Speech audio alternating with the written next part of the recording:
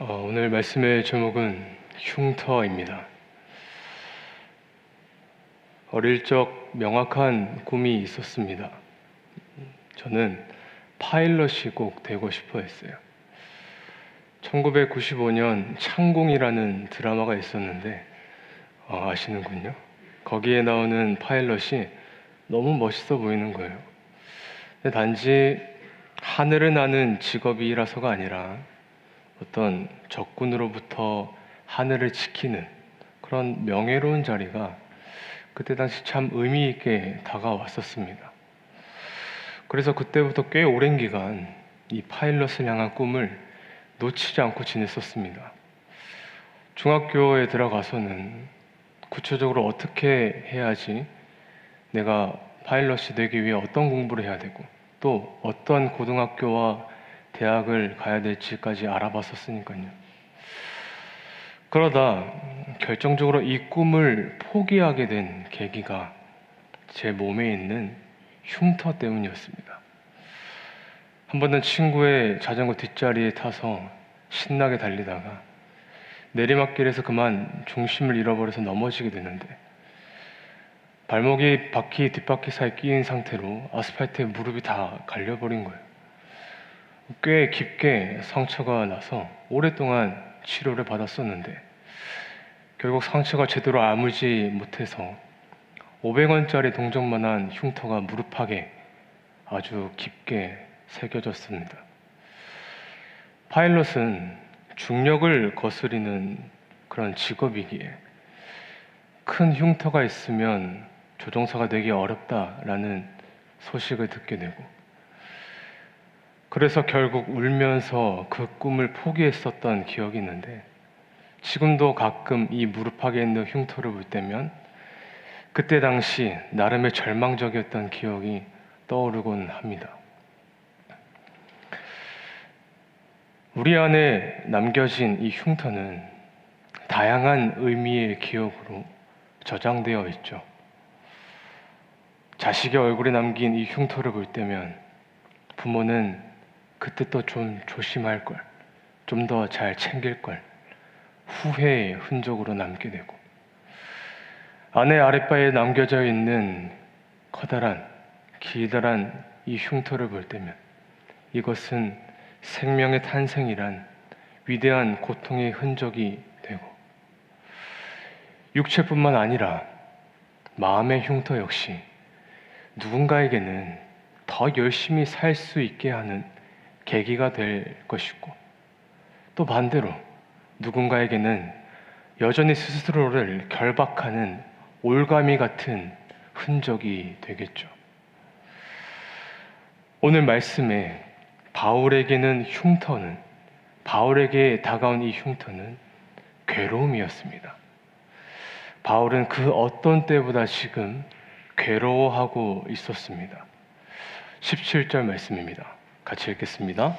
이후로는 누구든지 나를 괴롭게 하지 말라. 내가 내 몸에 예수의 흔적을 지니고 있노라. 누구든지 나를 괴롭게 하지 말라. 바울은 어떤 흔적을 보았을 때 상당한 괴로움을 느끼게 되었는데 그것은 바로 할례를 강요하는 유대인들의 흔적이었습니다. 당시 유대인들은 자신이 할례를 받았다는 것을 스스로만 알고 있을 뿐 아니라 그것을 자랑하고 그것을 이방인들에게 강요하고 남들에게도 동일하게 적용하고자 하였습니다. 12절입니다. 같이 읽겠습니다. 무릇 육체의 모양을 내려 하는 자들이 억지로 너희에게 할례를 받게 함은 그들이 그리스도의 십자가로 말미암아 박해를 면하려 한 뿐이라. 육체의 모양을 내려 하는 자들이 억지로 너희에게 할례를 받게 함은, 그러니까 당시의 문화적인 관점에서 바라볼 때 할례라는 것은 어떤 유대주의적인 표징으로 남아 있었습니다. 그러니까 할례라는 것이 성경이 말하는 언약의 자녀로서 새 사람으로 거듭나는 것이 아니라 그저 유대인의 정체성, 유대인의 상징성, 이런 의미로 남게 되었는데, 문제는 그들 스스로가 이 할례를 자랑거리로 삼았다는 거예요. 그리고 그것과 관계없는 이방인들에게도 육체적인 할례 행위를 강요하여서 그들이 만들어낸 이 하나님의 백성으로 삼으려는 시도가 있었습니다. 그렇게 민족적 표징, 문화적 표징, 이 두 가지가 있었던 할례가 그리스도인들에게 들어오기 시작하고 그것에 계속해서 의미를 부여하기 시작하면서 결국 십자가의 복음이 사라지게 되는 거예요. 더 이상 복음이 유효하지 않게 돼버리는 것이죠. 당시 이 할례의 의미가 이렇게 전락되고 있었습니다. 마치 대단한 자격이 주어진 어떤 명패처럼, 그리고 군중의 정체성을 의미하는 흔적처럼 말이죠. 근데 참 신기한 것은 이런 흐름, 할례를 복음보다 어떤 더 중요한 것으로 여기는 이 인식이 지금도 소리 소문 없이 교회 안에 흐르고 있다는 거예요. 제가 유아 세례 교육을 하고 세례 교육을 하면서 깨닫는 한 가지가 무엇이냐면, 100명을 교육했다라면 그 중에 약 30명은 이 세례를 통해 내가 구원받는다는 생각을 하고 있습니다. 어떻게 보면 그럴듯한 논리 같아요. 세례를 받아야 구원을 얻는다. 하지만 구원은 오직 예수 그리스도를 주로 고백하는 그 믿음의 고백으로 시작되는 것인데, 세례라는 이 흔적에 더 무게감을 갖고 있는 분들이 의외로 많습니다. 그래서 제가 한번 물어봤어요. 어떻게 그런 생각을 갖게 되었어요? 어떻게 세례를 받으면 구원을 얻는다라고 생각하셨어요? 돌아오는 대답이 부모님이 그렇게 말해주던데요. 예전에 다녔던 교회에서 세례를 꼭 받아야지 천국에 간다고 말하던데요. 그래서 목사님이 내 아이의 머리에 세례를 주면 내 아이가 나처럼 구원받는 자녀가 되고, 나 역시도 세례를 받는 그 순간 영적인 신분이 바뀌는 것으로 생각하고 있는 거예요. 그래서 지금은 교육의 시작을 그 사람의 믿음을 확인하기 이전에 이 세례의 개념을 먼저 확인합니다. 그리고 혹여나 그 안에 잘못 인식된 것이 있으면 반드시 짚고 넘어가야 돼요. 누구 어머님, 아버님, 이 아이가 지금 세례를 받는다고 해서 구원을 얻는 것은 절대로 아닙니다. 유아 세례는 언약의 자손이 되었다는 결이고 부모가 약속의 자녀를 키우겠다는 결단이지 구원의 선포가 아닙니다. 라고 먼저 말씀을 드리는 거지. 여러분, 사실 우리가 사회 안에서든 군중 안에서든 계속해서 규율을 정해놓고 그게 옳든 옳지 않든 거기에 대해서 강압적으로 강요를 하게 되면 언제부턴가 그것이 옳은 것처럼 여겨질 때가 있습니다. 대표적으로 이것에 취약한 집단이 군대입니다. 군은 옳든 옳지 않든 간에 명령에 복종해야 되는 군중이기에 지난 새벽 그 젊은 청년들이 어떤 절차도 밟지 않는 이 위헌에 완전 군장을 하고 집결한 거 아니겠습니까? 1948년 10월 21일 여수 순천 사건으로 발효된 비상계엄령이 우리나라의 최초였고, 독재 정권에 의한 이 정권 장악 그리고 유지의 수단으로 이것이 악용되었습니다. 광주 민주화운동 기간에 이 내려진 비상계엄령 역시 신군부의 내란 행위, 그것을 통해 정권 탈취에 반대하는 이 세력을 탄압하기 위해 이것 또한 악용되었습니다. 그런데 아직도 이것이 정당한 제도로, 옳은 제도로 인지를 하고 오늘과 같이 이 위헌적 명령을 하는 이 현실이, 그 명령에 움직이는 이 군중들의 모습이 우리가 국가를 위해 진심으로 가슴 아파야 되고 눈물로 기도해야 되는 기도의 제목이지 않겠습니까? 교회도 마찬가지예요. 우리가 교회 안에서 사실은 진짜 지켜야 할 것과 반드시 타협할 수 없는 것들이 있어요. 여러분, 자고로 교회 안에서는 권력을 내세우는 것이 아닙니다. 교회는 권력이 아니라 권리를 통해서 함께 사랑으로 세워져 가야 되는 곳입니다.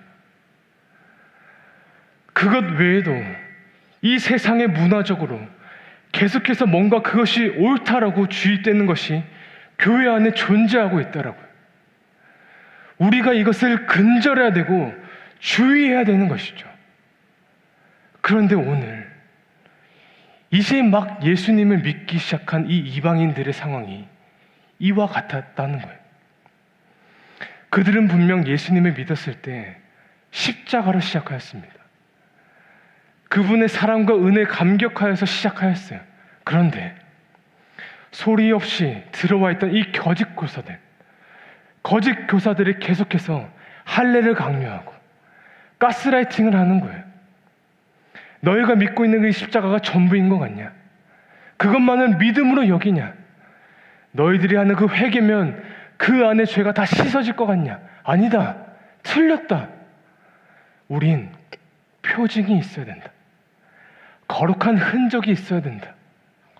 이렇게 당시 주류를 이루었던 이 유대인들이 강압적으로 선동을 하니 은혜로 시작한 이 믿음이 공격을 당하면서 하나 둘 흔들리기 시작하는데 어느새 이방인들의 마음에 거짓 교사들이 강요한 할례에 대한 마음이 꿈틀거리기 시작합니다. 마치 이것이 전통인 것으로 생각이 바뀌기 시작하고 어느새 옳은 것으로 여기는 그 단계까지 이어지게 된 거예요.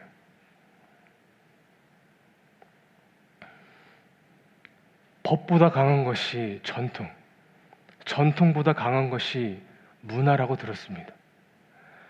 성경을 왜곡시킨 이 할례의 강압적인 이 문화가 갈라디아 지역에 퍼지기 시작합니다. 무서운 것이죠. 마치 이 흉터를 보세요. 내가 이 나라 지킨다고 얻은 영광의 자국이요, 이렇게 자랑하는 것처럼 그들이 이 할례라는 흔적을 자랑하는 것, 이것은 복음의 진리에서 떠나가는 행위였습니다. 스스로 양심에 따라 옳고 그름을 분별하고 성숙한 그리스도인으로 자라갈 이들이 거짓 교사들의 이 가짜 복음을 들음으로써 혼돈에 빠지고 있는 모습을 바울이 바라보고 있는데, 그래서 바울이 너무나 괴로웠던 거예요. 그래서 그 괴로움을 안고 14절에 이와 같이 고백을 하고 있습니다. 같이 읽겠습니다. 그러나 내게는 우리 주 예수 그리스도의 십자가 외에 결코 자랑할 것이 없으니 그리스도로 말미암아 세상이 나를 대하여 십자가에 못 박히고 내가 또한 세상을 대하여 그러하니.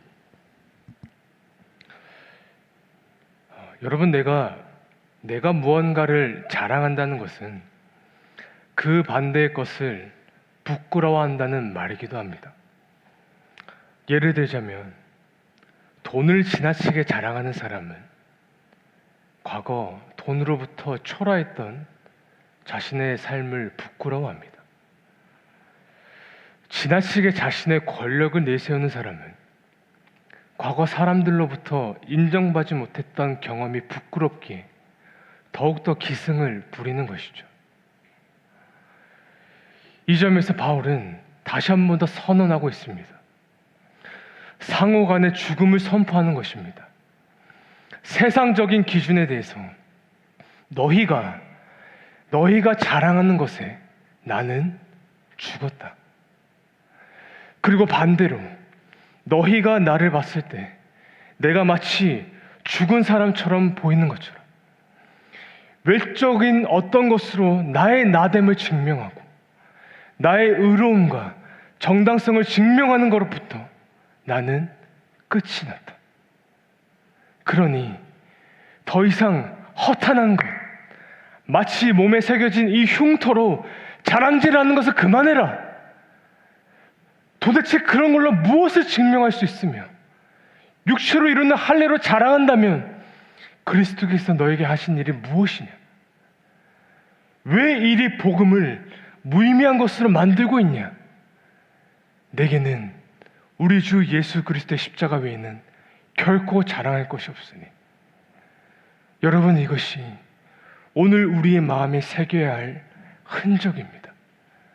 그리스도의 십자가. 어쩌면 이 거짓 교사들이 들어와서 자기의 이 육체의 할례라는 종교 의식을 이걸 가지고 자기를 증명하라는 것은 어쩌면 내가 지금 어디에 속해 있는 것을 보여주기도 하는 거예요. 여러분, 이 흔적의 문화라는 건 당시 노예들에게 해당되는 것이었어요.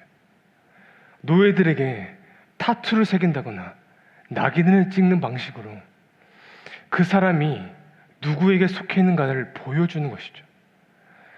바울이 이 문화를 인지한 상태로 지금 복음을 전하는 것입니다. 너희 그 육체의 모양 내기를 좋아하는 사람들아, 그 흉터가 너희로 하여금 누구에게 속해 있는가를 증명하는 것이다. 너희는 바로 율법의 노예다. 너희는 이 율법에서 해방되지 못하였다. 너희가 아무리 부와 명예를 가지고 있어도 율법이 너희의 노예의 삶을 살게 한다. 그러면서 바울은 여기서 자신에게 나는 율법의 노예가 아닌 예수 그리스도에 속한 사람이니, 그러면서 예수의 흔적을 고백하기 시작합니다. 17절입니다. 같이 읽겠습니다. 이후로는 누구든지 나를 괴롭게 하지 말라. 내가 내 몸에 예수의 흔적을 지니고 있노라.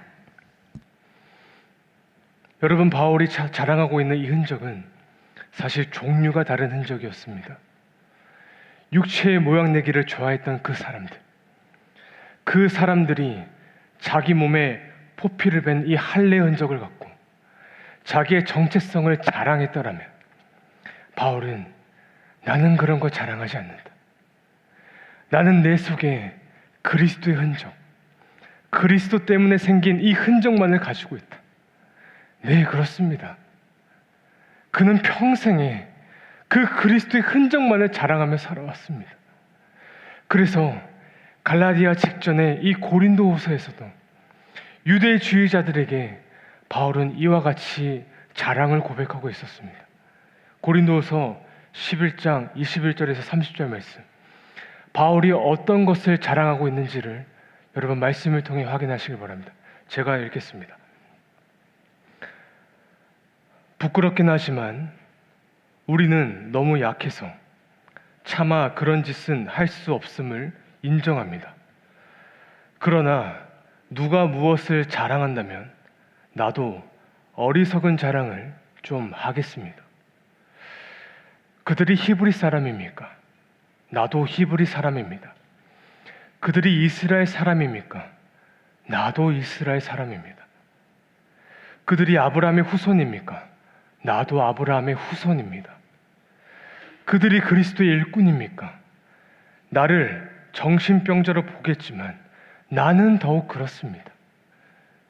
나는 그들보다 더 많이 수고하였으며 여러 번 갇혔고 매도 수없이 맞았으며 죽을 고비도 여러 번 겪었습니다. 나는 유대인들에게 39대 매를 5번이나 맞았습니다. 또 3번이나 몽둥이로 맞았고, 한 번은 돌에 맞았으며 3번이나 파선하였고, 밤낮 하루를 꼬박 바다에서 헤맨 일도 있었습니다. 나는 여러 번 여행하면서 강의 위험과 강도의 위험과 동족의 위험과 이방인들의 위험과 도시의 위험과 광야의 위험과 바다의 위험과 거짓 신자들의 위험을 당했습니다. 또 수고하고 애쓰며 뜬 눈으로 밤을 지새운 적도 여러 번이었고, 줄이고 목마르며 수없이 굶고 추위에 떨며 헐벗기도 하였습니다. 이런 일 외에도 날마다 여러 교회에 대한 염려 때문에 내 마음은 무거웠습니다. 누가 약해지면 내 마음도 약해진 기분이었고, 누가 죄를 지으면 내 마음도 아팠습니다. 그가 꼭 자랑해야 한다면 내 약한 것이나 자랑하겠습니다. 여러분, 이것이 바울의 자랑이었습니다. 앞서 자기의 육체를 드러내며 증명하랬던 이 유대인과는 정반대의 모습입니다. 교회를 사랑하고 성도를 사랑하는 것 때문에 자신이 고통받고 얼마나 근심하고 애태웠는지를 지금 바울이 자랑하고 있는 겁니다. 여러분, 이것이 바울의 심장에 찍힌 낙인이었어요. 물론 그의 몸에는 매맞은 그 흔적이 있었겠죠. 40의 한 대를 감한 그 채찍에 맞은 흉터도 있었겠죠.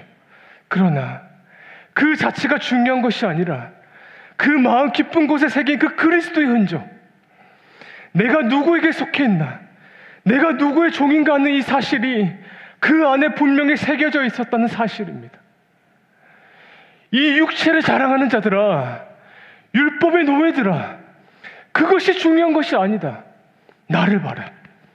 나는 그리스도로 인해 완전한 자유함을 얻었다. 그리고 그 자유 속에서 나는 그리스도께 복종한다. 나야말로 그리스도께 낙인 찍힌 자다. 내가 십자가의 노예다라고 지금 바울이 고백하는 거예요. 여러분, 잘 생각해 보십시오. 우리가 성령으로 말미암아 예수 그리스도를 주로 고백하는 순간, 여러분, 우리 속에 이미 그리스도의 흔적이 새겨져 버려요. 우리의 삶에 이전과 다른 새로운 일들이 펼쳐지게 되는 것을 경험하였어요. 돈, 명예, 권력 필요하지만 그것이 이제 내 삶의 자랑이 되질 않아요. 그래서 우리는 이제부터 내 안에 이미 시작된 그 그리스도의 사랑, 이 사랑의 흔적을 점점 키워가야 되는 거예요. 바울은 이 흔적을 점점 키워내는 사람을 마지막에 이스라엘이라고 부르고 있습니다. 오늘 말씀 15절과 16절을 우리 마지막으로 읽겠습니다. 함께 읽겠습니다. 할례나 무할례가 아무것도 아니로되 오직 새로 지으심을 받는 것만이 중요하니라. 무릇 이 규례를 행하는 자에게와 하나님의 이스라엘에게 평강과 긍휼이 있을지어다. 바울은 모든 말씀을 정리하며 마지막 새로운 규례를 지정하고 있는데, 그 규례는 이렇습니다. 할례가 중요한 것이 아니다. 할례를 받지 않는 것도 중요하지 않다. 오직 그리스도 안에서 거듭난 것만이, 새로 태어난 것만이 중요하다. 그러므로 이젠 우린 더 이상 율법을 따라 살아가는 사람이 아니라 그리스도를 사랑하는 법, 성령으로 말미암아 그리스도를 누구보다 사랑하고 그 사랑의 흔적을 가진 자들에게 바울이 뭐라고 호칭하냐면 이스라엘이다 라고 고백하는 거예요. 이 규례를 행하는 자에게와 하나님의 이스라엘에게 평강과 긍휼이 있을지어다. 아멘. 사랑하는 세운교회 성도 여러분, 우리 안에 그리스도의 흔적이 있습니다. 이젠 우리의 마음에 할례를 받은 자로서 내 안에 새겨진 이 십자가의 흔적을 자랑하고 그것이 우리의 삶 속에서 드러나야 됩니다. 그것이 교회이며 이 땅의 새로운 이스라엘입니다. 여러분, 우리가 혼자 옷을 다 벗고 있으면 그것만큼 수치스러운 게 없는데, 목욕탕에서 옷을 벗고 있으면 그건 수치스러운 게 아니라 당연한 거예요. 오히려 거기서 옷을 입는 사람이 이상해요. 무슨 말씀을 드리고자 하냐면, 교회는 성도들끼리 그 믿음을 똑같이 살아보려고 몸부림치는 그 몸부림을 통해서 우린 위로를 얻는다는 거예요. 그래, 나만 헛된 짓 하는 게 아니었어. 나만 억울한 게 아니었어. 다 그랬네. 이 일주일 동안 그 세속적인 가치, 이 한복판에서 나만 일어나 꼭 이렇게까지 해야 되나 싶은 이 생각이 드는 그 수많은 싸움 가운데 지쳐 있었는데, 교회에 와서 내가 그 힘을 어디에서 다시 얻냐? 그렇게 똑같이 살아가는 그 사람을 통해서, 나랑 똑같은 흔적을 갖고 있는 저 집사님을 통해서, 그리스도의 흔적만을 갖고 살아가는 저 목회자를 통해서 힘을 얻는 거예요. 강단에 서 있는 저 역시도 마찬가지예요. 여러분, 제가 언제 가장 큰 위로의 눈물을 얻냐면, 언제 가장 큰 힘을 얻냐면, 조금의 허점도 없이 완벽하게 해낸 그 모습을 보고 위로를 얻는 게 아니에요. 이분의 연약함을 하나님 앞에 인정하고 그걸 가지고 씨름해 보려는 애쓰는 그 흔적이 저에게 힘을 줘요. 여전히 두 어깨에는 내가 감당할 수 없는 짐이 짊어져 있지만 어떻게든 걸어가 보려고 지친 몸 이끌고 이 자리에 앉아 울부짖는 그 음성이 나를 일으켜 세워요. 그런데 교회 안에 그 그리스도의 흔적이 보이질 않으면 우린 교회를 오면 올수록 더 지치고 공허해지고 나아가 무의미함을 느끼게 돼요. 여러분, 세움교회 수는 세상의 자랑을 이야기하는 곳이 아닙니다. 내 주식의 계좌를 자랑하는 곳이 아니에요. 권력을 내세우는 것도 아닙니다. 왜 이곳에서 그들이 말하는 육체의 할례를 강요하십니까? 아니요. 우린 이곳에서 예수의 흔적을 이야기해야 되고 그리스도의 흔적을 자랑해야 되고 그것으로 우리는 서로에게 힘을 줘야 되는 거예요. 여러분 다 아시잖아요. 사랑해보려고 하면 할수록, 믿음을 지켜보려고 하면 할수록 그렇게 겪게 되는 그 치열함을 여러분 다 아시지 않습니까? 사랑하려고 하는데 잘 되시던가요? 지키려고 하는데 잘 지켜지시던가요? 내 자녀도 잘 안 되는데 누가 누구를 사랑해요? 그러나 그 마음 놓치지 않고 사랑해 보려고 몸부림치고 믿음 지키려고 발부둥치고 그렇게 너덜너덜해져서 그 힘없이 털썩 이 예배당에 앉아있을 때 내 마음이 어느새 평안해집니다. 왜 그럴까요? 왜냐하면 여기서는 다 이해받는 삶이니까요. 모두가 그 싸우고 있는 것이니까. 이걸 다 아는 사람이니까. 이걸 다 아는 사람이기에 그렇게 살아가는 것이 당연하니까. 성도들의 그 존재 자체가 위로가 되는 공동체.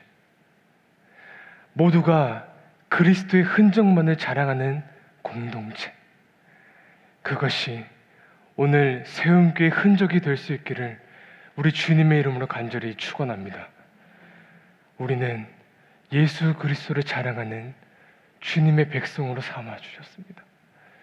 우리는 이 땅 가운데 그 흔적을 끝까지 드러내는 삶을 살아가야 됩니다. 우리가 그 삶을 위해 끝까지 걸어가는 믿음의 공동체, 저와 여러분의 삶이 될 수 있기를 간절히 축원합니다.